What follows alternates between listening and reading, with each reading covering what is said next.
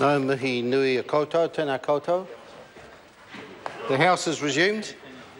Before the dinner break, we were debating the second reading of the Waitangi National Trust Board Amendment Bill. And Joanne Hayes was speaking. She has 6 minutes and 20 seconds remaining to speak. Thank you, Mr. Speaker. Just a little bit of more historical fact that's happened on the Waitangi Treaty grounds. In 1834, the Confederation of United Tribes of Aotearoa first raised their flag on the lawn of the Treaty House, and very historical. 6 years later, as we all know, in 1840, the Treaty of Waitangi was first signed, to only go a few days later for the biggest signing, which was held down at across at Mangungu, which I was privileged to be at the 100-year celebration this year with the Minister, Honourable Maggie Barry.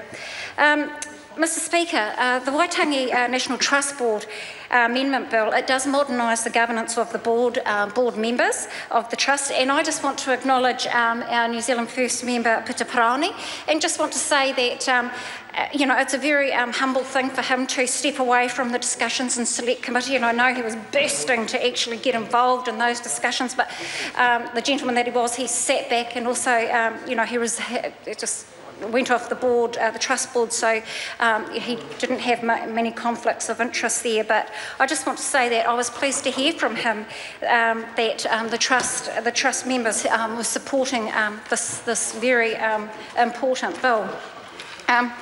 That's not to say that, the membership discussion within the Select Committee was debated very vigorously, and I just want to thank the Chair and my co-members of the Māori Affairs Select Committee for the debate, and also for the members of PCO who came in and with their report, listening to our discussions around membership.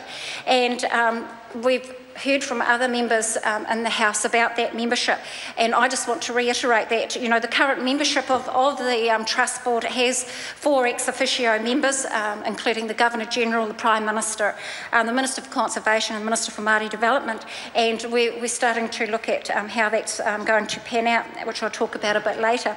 The family representations from the Archdeacon Henry Williams, Edward Gibbon Wakefield and James Busby, as well as a family member, and I think it's Peter Paraone at the moment, of the whānau Honeheke, Maihi Kauti, Tamati Wakanene and the Pōmari families, the representative of the Māori people. It's north of Auckland Peninsula, which I think was the position that the Rangatira Irima Henare held on the Trust Board before he passed away. As well as a Māori o Pākehā representative living in the South Island, a Māori representative south of Auckland, and a prominent person that has experience, either a historian or an archaeologist.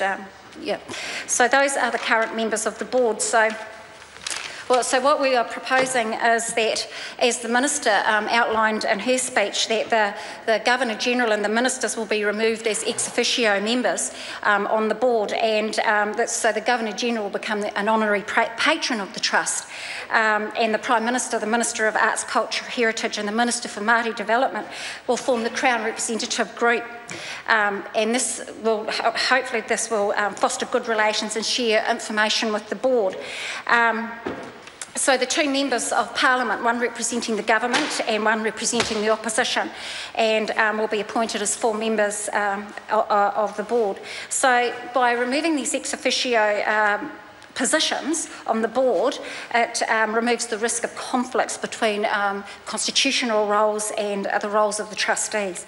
As I said before, Mr. Speaker, the bill creates a clear separation between the government and the board, while providing a means to ensure a positive working relationship through the Governor-General's patronage of the Trust, the creation of the Crown representative group, and the appointment of 2 members of Parliament as members of the Trust.